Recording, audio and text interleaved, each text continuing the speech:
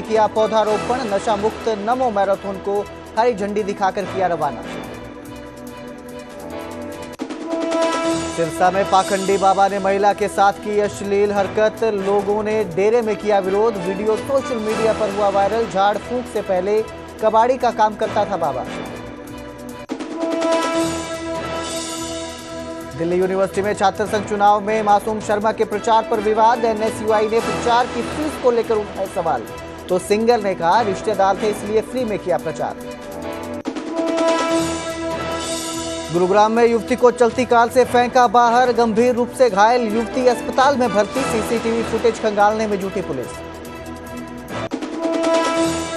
Jind police करेगी RTI activist Sunil Kapoor की मौत की जांच। आईटी एक्ट और धोखाधड़ी मामले में पुलिस सुनील को पकड़ने गई थी हरिद्वार।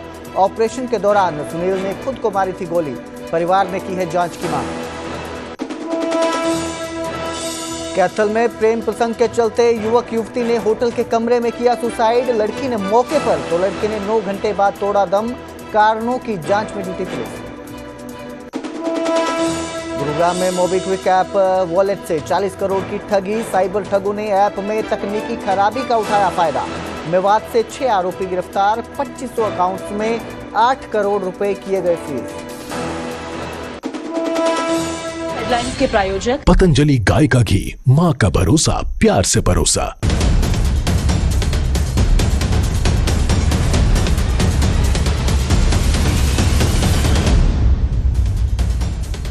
नमस्कार, स्वागत है न्यूज 18 पंजाब हरियाणा में। मैं आपके साथ कुलदीप भारद्वाज।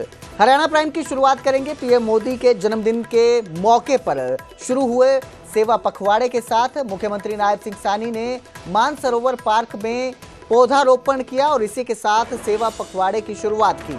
स्वच्छता अभियान के अंतर्गत सीएम सैनी ने श्रमदान किया। सीएम नायब सिंह सैनी ने खुद झाड़ू लगाकर स्वच्छता का संदेश दिया और लोगों से अधिक पौधे लगाने की भी अपील की। उन्होंने नशा मुक्त हरियाणा के तहत मैराथन को हरी झंडी दिखाई। मैराथन से पहले युवाओं को नशा मुक्त रहने की शपथ भी दिलवाई गई। सीएम युवाओं से बोले कि नशे से दूर रहना चाहिए, भारत सशक्त बनाना है। तो मुख्यमंत्री नायब सिंह सैनी ने रोहतक में सेवा पखवाड़े की शुरुआत की है। प्रधानमंत्री नरेंद्र मोदी के जन्मदिन के मौके पर उन्होंने इसकी शुरुआत की और लोगों से अधिक पौधे लगाने की भी अपील की।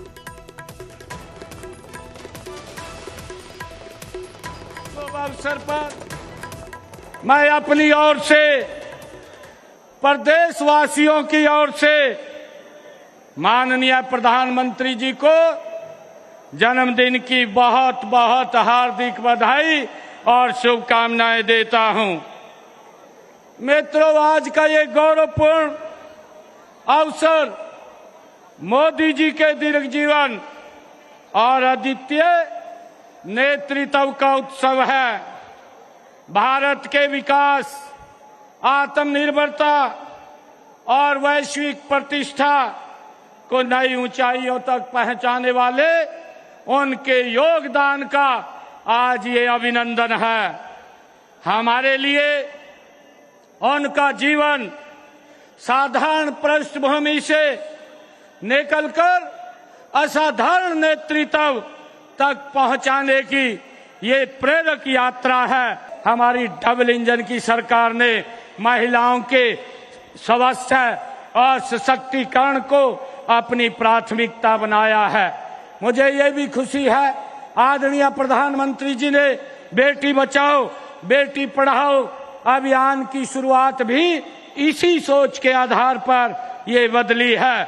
और मुझे ये भी खुशी है कि आदरणीय प्रधानमंत्री जी के नेतृत्व में विभिन्न योजनाएं, चाहे मातृत्व वंदन योजना ने गर्भवती माताओं को पोषण और स्वास्थ्य सहायता वो दी जा रही है। आदरणीय प्रधानमंत्री जी के नेतृत्व के अंदर जन धन खातों और स्वयं सहायता समूह के माध्यम से आज हमारी लाखों ग्रामीण महिलाएं आर्थिक रूप से आत्मनिर्भर बन रही हैं। मित्रों, आज की यह सुबह कोई साधारण सुबह नहीं है। यह नमो यूथ मैराथन की एक नई शुरुआत है, एक नई सुबह है।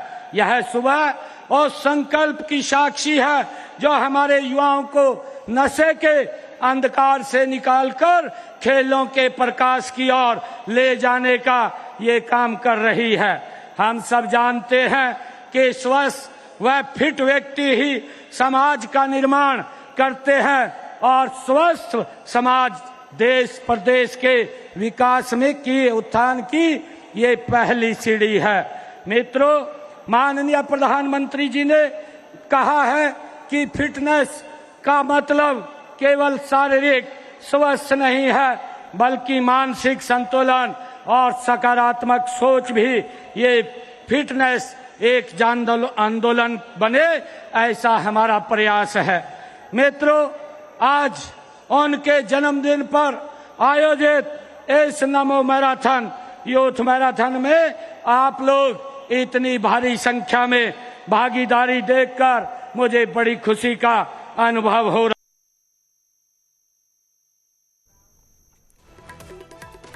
प्रधानमंत्री नरेंद्र मोदी के जन्मदिन पर देश भर के साथ प्रदेश में भी अनेक कार्यक्रम आयोजित किए जा रहे हैं।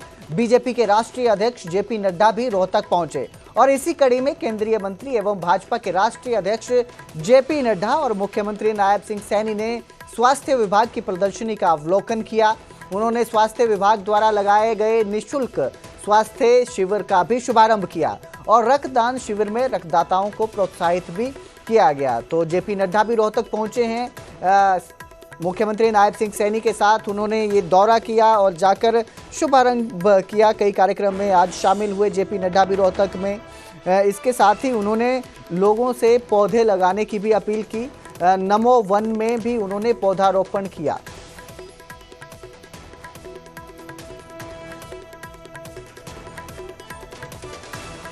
प्रधानमंत्री नरेंद्र मोदी के 75वें जन्मदिवस पर पूरे देश में सेवा और स्वच्छता पखवाड़ा शुरू हुआ है। अलग अलग जिलों से सेवा के रंग दिखाई दे रहे हैं। बहादुरगढ़, अंबाला, यमुनानगर और भिवानी में भी पीएम मोदी के जन्मदिन की धूम दिखी।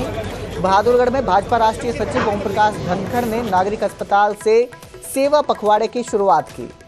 इसके साथ ही अंबाला में पूर्व राज्य मंत्री असीम गोयल ने झाड़ू लगाकर स्वच्छता अभियान शुरू किया। अंबाला में पॉलीथीन मुक्त करने की बात कही और विपक्ष को भी निशाने पर लिया। इसके साथ ही यमुनानगर में अस्पताल में डॉक्टरों और भाजपा नेताओं ने झाड़ू लगाकर सफाई की। तो वहीं भिवानी में सांसद धर्मवीर सिंह ने सेवा पखवाड़े का शुभारंभ किया। मेडिकल कॉलेज में स्वस्थ नारी सशक्त परिवार अभियान की जो है शुरुआत की गई।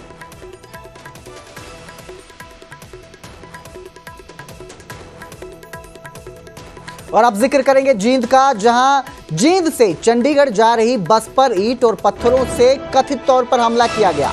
बस में बैठे यात्रियों ने इस हमले का वीडियो बनाया है। हमलावर कार से बस का पीछा करते नजर आए हैं। बस पर हुए हमले की आधिकारिक तौर पर पुष्टि नहीं हुई है। तो आपको बता दें कि जींद से ये बस चंडीगढ़ जा रही थी, जिस पर कार सवार जो बदमाश हैं उन्होंने हमला किया। कथित तौर पर हमले की बात कही जा रही है। इसका एक वीडियो भी सामने आया है जो बस के अंदर से बनाया गया है। तस्वीरें आपकी स्क्रीन पर है, आप देख सकते हैं। एक सफेद रंग की गाड़ी नजर आ रही है जो पहले बस का पीछा कर रही थी, लेकिन फिर वो बस पर हमला करने लगे। उसमें जो बैठे सवार लोग थे, कार सवार लोग थे, उन्होंने बस पर हमला शुरू कर दिया। तो ये जो वीडियो है ये बस में बैठे एक यात्री ने बनाया है, शेयर किया है। ये हमले का वीडियो है, बस पर कार सवारों ने हमला किया।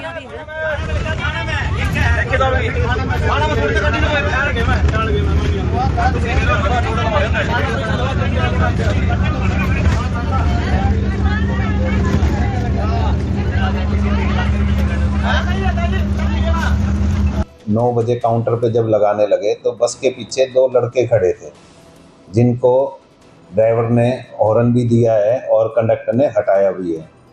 यहीं पर उनकी कोई कहासुनी हुई थी। उसके बाद ये जैसे ही अपनी बस लेके चले हैं और बाहर सर्विस रोड पर ही थे, वहीं पर इन्होंने जो ये लड़के जो बस स्टैंड पे जिनके साथ झगड़ा हुआ है, इन लड़कों ने बस पे पथराव शुरू कर दिया। और टियागो गाड़ी थी जिस पे नंबर प्लेट नहीं थी। इन्होंने बस का पीछा राजा जी होटल तक किया है और बस पे पथराव करते रहे। उसके बाद ये अमित ड्राइवर और हमारा कंडक्टर बस को थाने में ले गए हैं, जहाँ पे वजीर एएसआई ने इनकी रिपोर्ट ले ली है। ईंट पत्थरों से हमला बताया जा रहा है, क्या कोई यात्री घायल है या फिर ड्राइवर घायल है? छोटी मोटी किसी यात्री के बस लगी है हल्की सी, बाकी ऐसी कोई वो ज़्यादा चोट किसी के भी नहीं लगी। वहीं चंडीगढ़ में पूर्व सीएम भूपेंद्र हुड्डा ने प्रेस कॉन्फ्रेंस की और बरसात से पहले फ्लड कंट्रोल बैठक न होने पर नाराजगी जताई। उन्होंने बताया कि 1 महीने की सैलरी बाढ़ पीड़ितों को कांग्रेस विधायक देंगे। बाढ़ पीड़ितों की मदद के लिए कांग्रेस विधायक अपनी 1 महीने की सैलरी जो है वो सभी कांग्रेस विधायक दे देंगे। ड्रेन की सफाई न करवाने और अवैध माइनिंग को लेकर भी उन्होंने सरकार पर निशाना साधा और किसानों को तुरंत राहत और उचित मुआवजा देने की मांग की।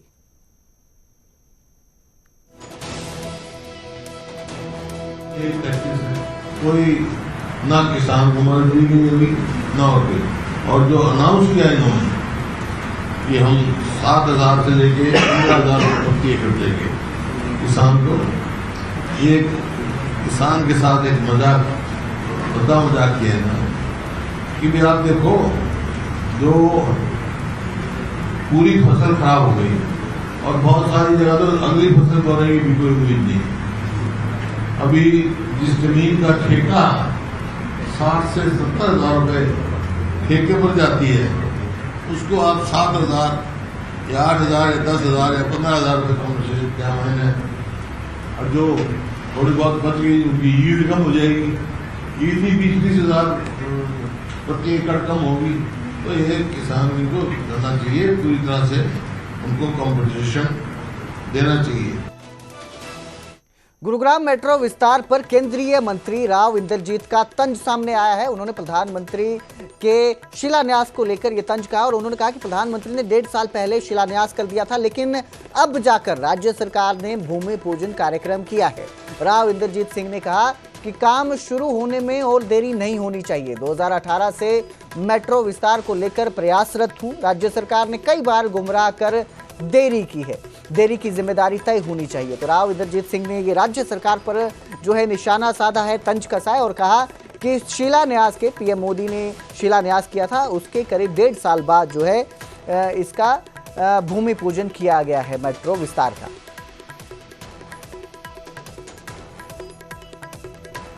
होने के बाद प्रधानमंत्री ने शिलान्यास रखा, जब वो एम्स का शिलान्यास रेवाड़ी के अंदर रखा था। और प्रधानमंत्री की जब भी कोई योजना होती है या नींव का पत्थर रखा जाता है, तो उन्होंने ये पहले ही सुनिश्चित कर लिया होता है कि इसका काम मुकम्मल हो गया है कि नहीं हो गया है। उसके बाद ही जाकर के नींव का पत्थर प्रधानमंत्री जी की तरफ से रखवाया जाता है। अब 1.5 साल पहले रख दिया गया, 1.5 साल बाद के अंदर भूमि पूजन हुआ है। मैं ये उम्मीद करता हूँ कि 1.5 साल और ना लग जाएं इसके अंदर काम शुरू होने। राज्य सरकार की कहीं ना कहीं नाकामी थी, किसकी भी कमी हो, पर कुछ कमी रही है। जो बात 18 से घूम रही है फाइलों के अंदर, गुड़गांव के अंदर 2018 से जो घूम रही है, उसके अंदर मैं तो कहता हूँ कि ये फिक्स होनी चाहिए रिस्पॉन्सिबिलिटी कि इतना विलम्ब क्यों हो गया। तो वहीं गुरुग्राम में मोबीक्विक ऐप से 40 करोड़ की धोखाधड़ी का एक मामला सामने आया। तकनीकी खराबी का फायदा उठाकर 40 करोड़ की रकम जो है वो ऐप से उड़ा ली गई। पुलिस ने इस मामले में 6 आरोपियों को गिरफ्तार किया है और करीब 2500 बैंक खातों को ब्लॉक किया गया है। पुलिस ने बैंक से फ्रीज करवाए 8 करोड़ रुपए जो है वो फ्रीज करवाए हैं बैंक से, जो आरोपियों ने उड़ाए थे। कंपनी प्रतिनिधि की शिकायत पर गुरुग्राम पुलिस ने शिकायत दर्ज की है और लगातार इस मामले की तफ्तीश में जुटी हुई है। 6 आरोपियों को गिरफ्तार किया गया है। इनके साथ और कौन आरोपी शामिल हैं, फिलहाल इसको लेकर पूछताछ की जा रही है। आरोपियों से 40 करोड़ रुपए की ठगी का ये पूरा मामला है, जो मोबीक्विक ऐप से तकनीकी खराबी के चलते आरोपियों ने उड़ा लिया था। एक निजी कंपनी की मोबाइल ऐप मोबीक्विक में तकनीकी खराबी का फायदा उठाकर कंपनी को करीब 40 करोड़ का नुकसान पहुंचाने के संबंध में सेक्टर 53 थाने में दिनांक 13/9 को एक शिकायत प्राप्त हुई थी, जिसमें पुलिस ने त्वरित कार्रवाई करते हुए उसमें 2,500 के करीब लाभार्थी खाता धारकों को खाता फ्रीज करवाया और करीबन उसमें 8 करोड़ से राशि जो है उन खातों के अंदर फ्रीज करवाई और उसमें संलिप्त 6 आरोपियों को अभी तक गिरफ्तार किया जा चुका है। आम आदमी पार्टी के नेता अनुराग ढांडा ने किसानों को मिल रहे मुआवजे को लेकर सरकार पर निशाना साधा और कहा कि जहां पंजाब सरकार 20,000 रुपये प्रति एकड़ दे रही है, वैसे ही हरियाणा सरकार को भी किसानों को मुआवजा देना चाहिए।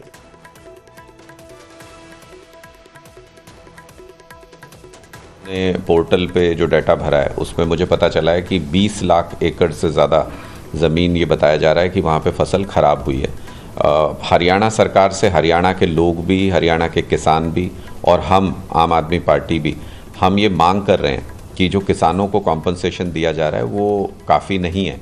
हरियाणा में अभी 15,000 रुपये प्रति एकड़ का एक लेवल सेट किया गया, उस हिसाब से मुआवजा दिया जाता है। पंजाब ने इस बार अपने किसानों को 20,000 रुपये प्रति एकड़ का मुआवजा देने का फैसला किया है, जो देश में सबसे ज़्यादा है। हरियाणा को भी कम से कम 20,000 रुपये प्रति एकड़ का मुआवजा अपने किसानों को देना चाहिए, जिससे कि उनके नुकसान की कुछ भरपाई हो सके। पूरी भरपाई तो नहीं हो सकती फिर भी, लेकिन कुछ भरपाई किसानों की हो सके और वो अपना जीवन यापन सही तरीके से कर सकें।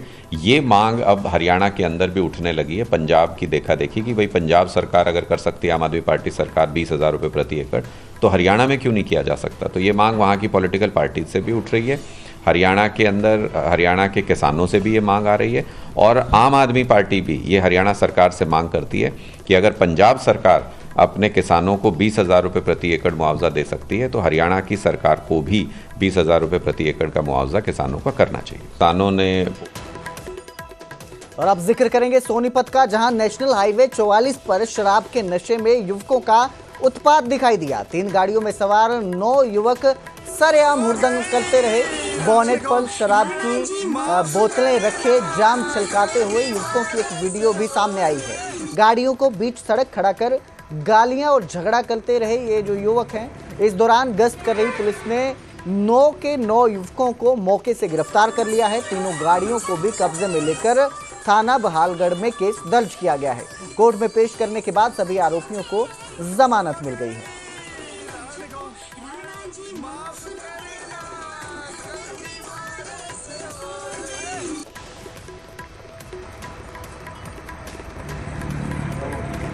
NH 44 पर 3 गाड़ियों में कुछ नौजवान लड़के सड़क पर गाड़ियां खड़ी करके ऊंधड़बाजी कर रहे थे और शराब के नशे में आपस में गाली गलौज करते हुए लड़ाई झगड़ा कर रहे थे।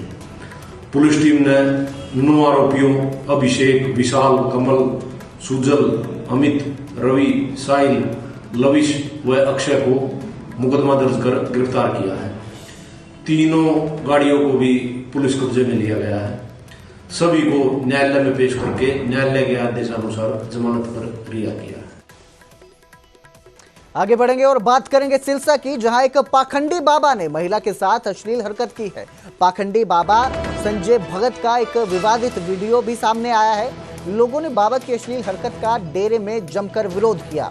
सोशल मीडिया से प्रचार पाकर बाबा ने अपनी फॉलोइंग बढ़ाई। झाड़ फूंक कर ये लोगों का जो है इलाज करने का दावा करता था। चढ़ावे के नाम पर भी पैसे ऐंठने के इस पर आरोप है। राजस्थान, हरियाणा के पीड़ितों ने पुलिस को शिकायत दी है और कई बार काम बदलकर आखिर में ये शख्स जो है ये बाबा बना है। झाड़ फूंक से पहले ये कबाड़ी का काम करता था और अब बाबा बनकर झाड़ फूंक कर लोगों को ठगने का काम कर रहा था और अब इसने एक महिला के साथ अश्लील हरकत की है।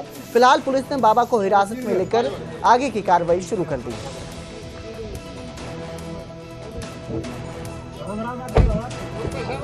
मेरे को 4 महीने हो गए यहाँ पे। ये घरवाड़ी है, इसके बीमारी है, जो बीमारी की पूरा इलाज के लिए गारंटी लिए बाबा ने। आपसे पैसे लिए? हाँ, पैसे लिए। मेरे को शनिवार को बुलाया था पहले, फिर शुक्रवार के दिन बुलाया था मेरे को। शुक्रवार को अंदर ले जाके फिर मेरे से 20,000 कैश लिए और 10,000 ऑनलाइन डाले मैंने। ऑनलाइन किस नंबर पे डाले हैं आप? डाले हैं बाबा के नंबर पे। संजय वो आ रही है उसमें, मेरे पास स्क्रीनशॉट है और 11 किलो तेल है मेरे पास। कंप्लेंट करवाई है आपने? हाँ, आपका इलाज हुआ कि नहीं? अभी कंप्लेंट कराई है। फायदा कुछ नहीं हुआ मेरे। मैं बाबा को 10 दिन से फ़ोन लगा रहा हूँ, बाबा उठा रहा नहीं फ़ोन। सेवादार उठाता है, बाबा दिल्ली गया हुआ है। कल भी मैंने बोला था मैं थाने में FIR दर्ज कराऊँ, कल आऊँगा सरता, लेकिन कोई सुनावनी नहीं हो रही 10 दिन से। घरवाड़ी बीमार पड़ी है, जब से ज़्यादा हो गई उल्टी बाबा के आने से।